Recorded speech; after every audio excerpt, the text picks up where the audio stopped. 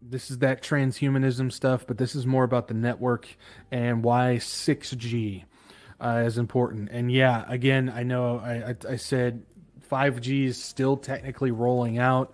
People have a bunch of different theories about what 5G is used for and whatnot. I'm not saying any are wrong or right. I mean, right now, all we can do is just look at theories, possible theories. But they're preparing for 6G, and 6G is going to be the big one. Um, I just, yeah, 6G is going to be the big one. So before we actually get into that, we're going to do a little history class. Now, when it comes to technology, how I look at it, because as we know, they always hide things from us. They've got things that we don't know about. They've got things that are way more advanced that we don't know about. So the best way I put it is the technology that they have is at least 10 years more advanced than what the technology they allow us to see. So what we see now, the stuff that they've got hidden that we can't see, is at least 10 years ahead than what we see now. That's the best way to look at it. And I apply that towards technology. I apply that towards medicine. I apply that towards a lot of things. So that's probably the best way to look at it. Now, little history class, the Internet of Bodies. So we talk about the Internet of Things a lot because I think it doesn't get talked about enough. It's literally the network that controls all of the other stuff out there. And I think we need to understand what the Internet of Things is and really have a grasp on it. So we need to talk about that more. Well, the Internet of Bodies is an extension of the Internet of Things. It's like it's an arm or leg, it's a limb that branches off of it. It's part of the Internet of Things. The Internet of Bodies is going to be a part of that technology. That's how I always talk about with the Internet of Things. It's going to create a digital twin of you. It's going to have a digital profile of you where it knows more about you than you know about yourself. Well, that's the Internet of Bodies being part of that Internet of Things. And it's going to have you connected to a central database that's also going to be connected to everything else. Your smart cities, your smart cars, appliances, all that stuff. So we've talked about that before. So your body will be connected to the Internet of Things network through a device in your body. And once connected, data can be exchanged. The device and or body can be remotely monitored and controlled by whoever's in control of it. I'm starting to think that it's going to be AI that's going to be in control of this, maybe not necessarily people. We'll talk about that a little bit later. But you're looking at your systems like your BCI systems, your brain computer interfaces. That's the stuff that Neuralink, like Musk is working on, or BlackRock Neurotech, Synchron, stuff like that, and technology, like I said, that we haven't seen yet. I think it's also going to be a part of the Mark of the Beast that we get. Now, how it works is there's 3 steps to the Internet of Bodies. We're already past 2, going into 3. So the first one would be your external Internet of Bodies stuff, like your Apple Watch and your Fitbits. That stuff is able to like read your heartbeat and stuff just by having it on you like a bracelet and whatnot. Then there's the internal stuff like your pacemakers, your hearing implants, stuff like that, that monitors and keeps track of your body by being in you. You're probably thinking, okay, what is the next step? Well, the next one is embedded. Embedded is literally the melding of man and machine. It is the next step of, it's going to be a part of you. It's going to be embedded into your DNA.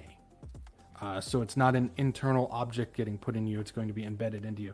And that would even technically be classified. We talked about it a week or 2 ago, I can't remember exactly, where there was a guy who was working on getting the nanoparticles into your brain, and those are supposed that DARPA is working on. That's going to be able to do the same thing that Neuralink and Synchron and stuff they're working on, but they're going to be little nanoparticles in your brain. That would be considered embedding into your brain. So that is what they're doing now. That is the next step.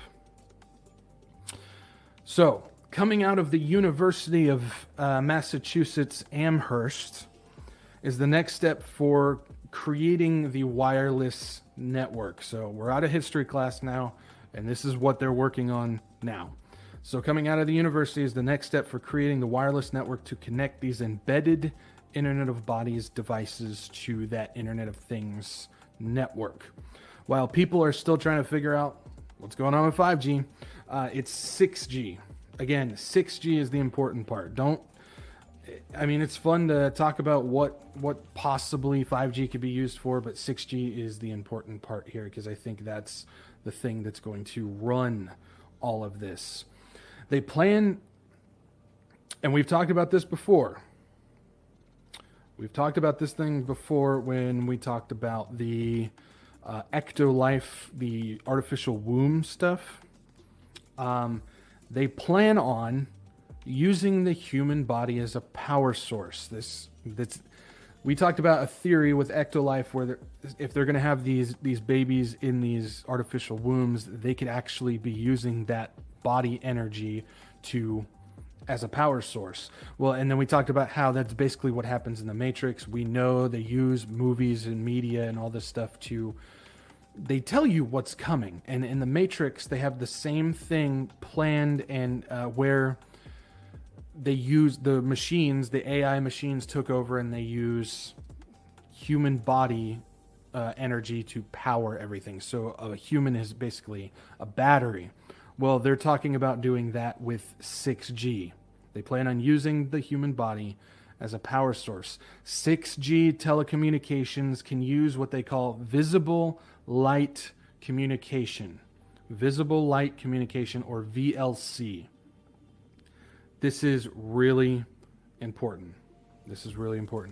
VLC is like a wireless version of fiber optics. Okay, so if you don't know what fiber optics are that the next step to get really, really, really high-speed internet. Not everywhere in America has it, but it's like super fast internet. And what they're talking about with VLC, it's a wireless version of fiber optics that uses flashes of light to transmit information.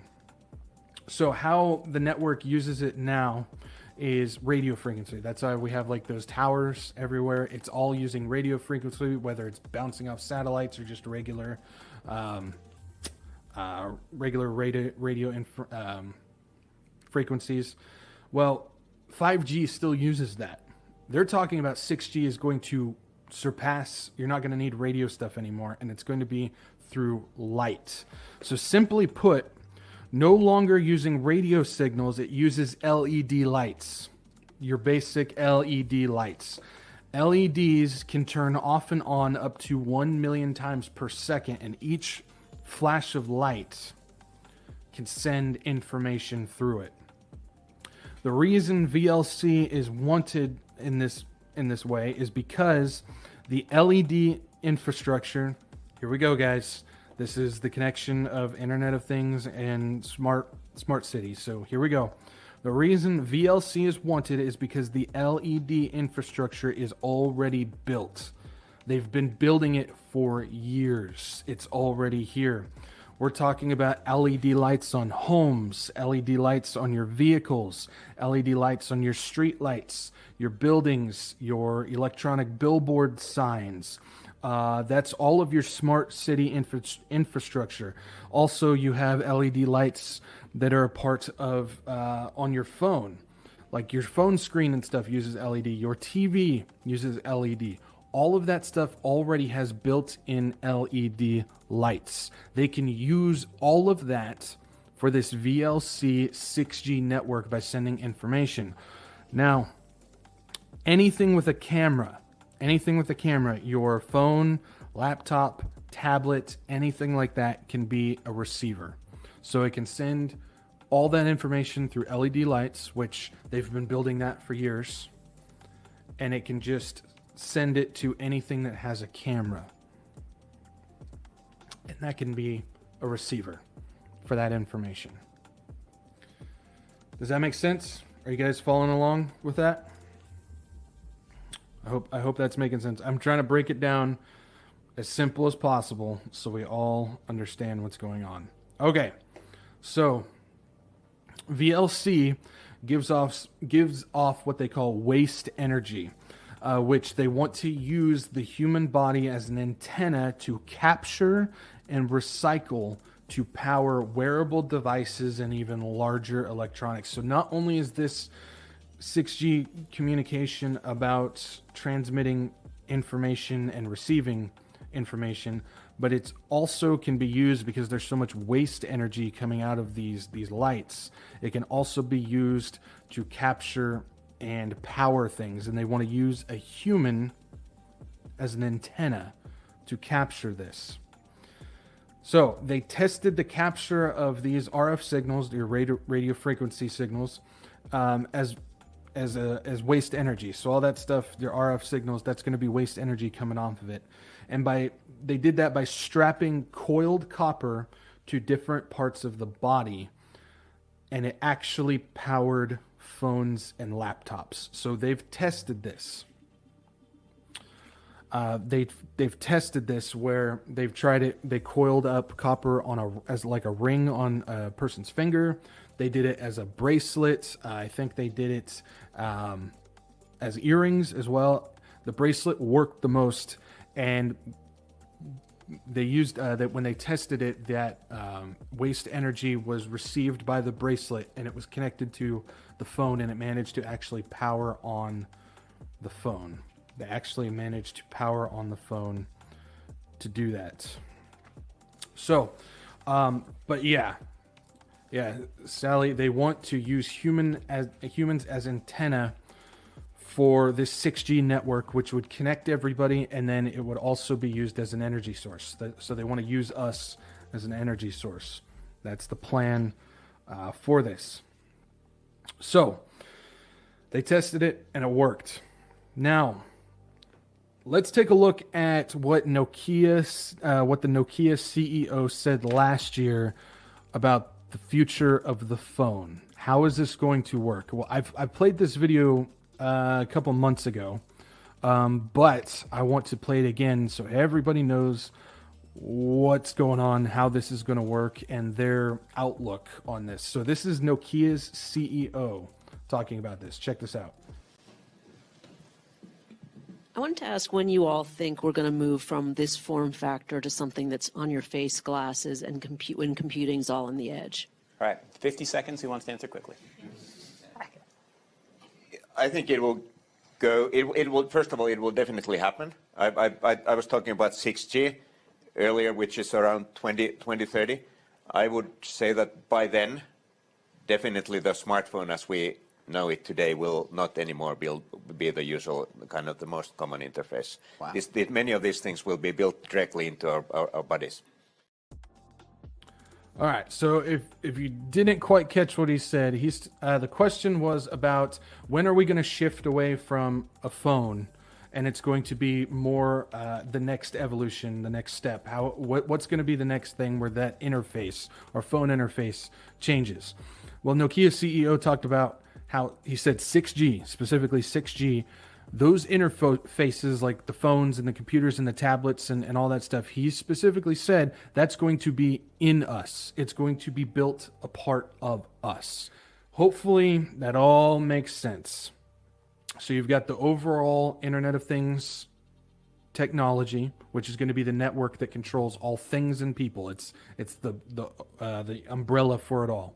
A branch of that is the Internet of Bodies. That stuff will be embedded into us. And to power that stuff, we're going to be antennas through the information that is sent through VLC. Hopefully that all makes sense. This isn't science fiction. This isn't something from a movie.